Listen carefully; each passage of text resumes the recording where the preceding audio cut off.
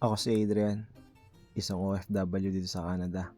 Tara, samahan niyo kung kunin yung mga pangarap ko dito. Ngayong araw pala guys ay mag-grocery kami ng mga biskwit.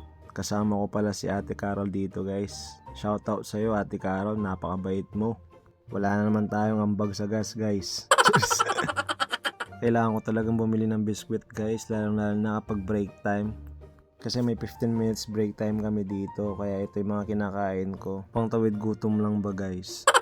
Actually kahapon guys, naggrocery na kami sa Brandon after namin nanood ng sine. Hindi ko pa na-upload yung vlog ko doon sa pinanood namin yung Hello Love Again.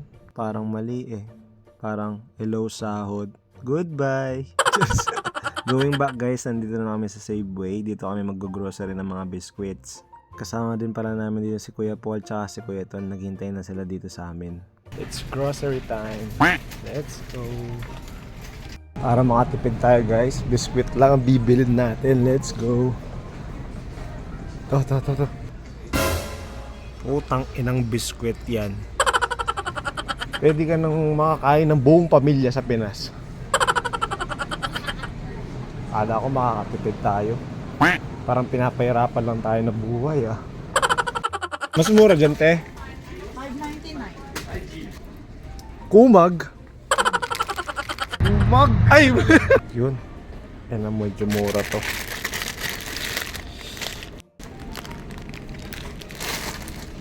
Grabe talaga.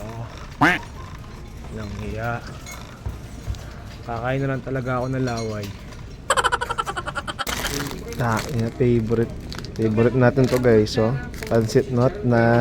Yan na lang ang uulamin sa trabaho. Ay! Hanap din tayo ng soft drinks.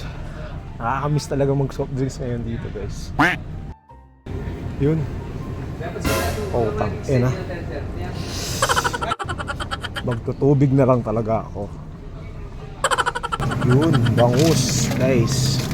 Kaya ng mga bangus, nakabili na rin ako ng chicken Nakakalungkot talaga.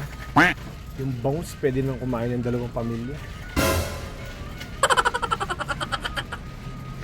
Inang yan, hindi na talaga ako mag-grocery muna. Tipid-tipid lang ba?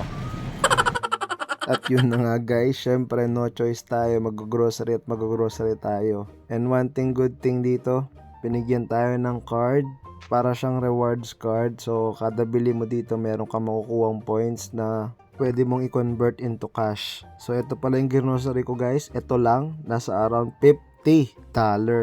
Ang sarap talagang itulog ang gutom. So syempre guys, kayang-kaya naman kasi medyo malaki din yung sahod natin dito sa Canada. Medyo lang sa mga friends ko dyan, wala tayong budget ngayon. Walang kumustahan muna. And sa mga bagong followers natin dyan, maraming salamat po sa mga sumusuporta sa mga videos and vlogs ko. So yun lang for today. See you in my next vlog. Bye! Love you!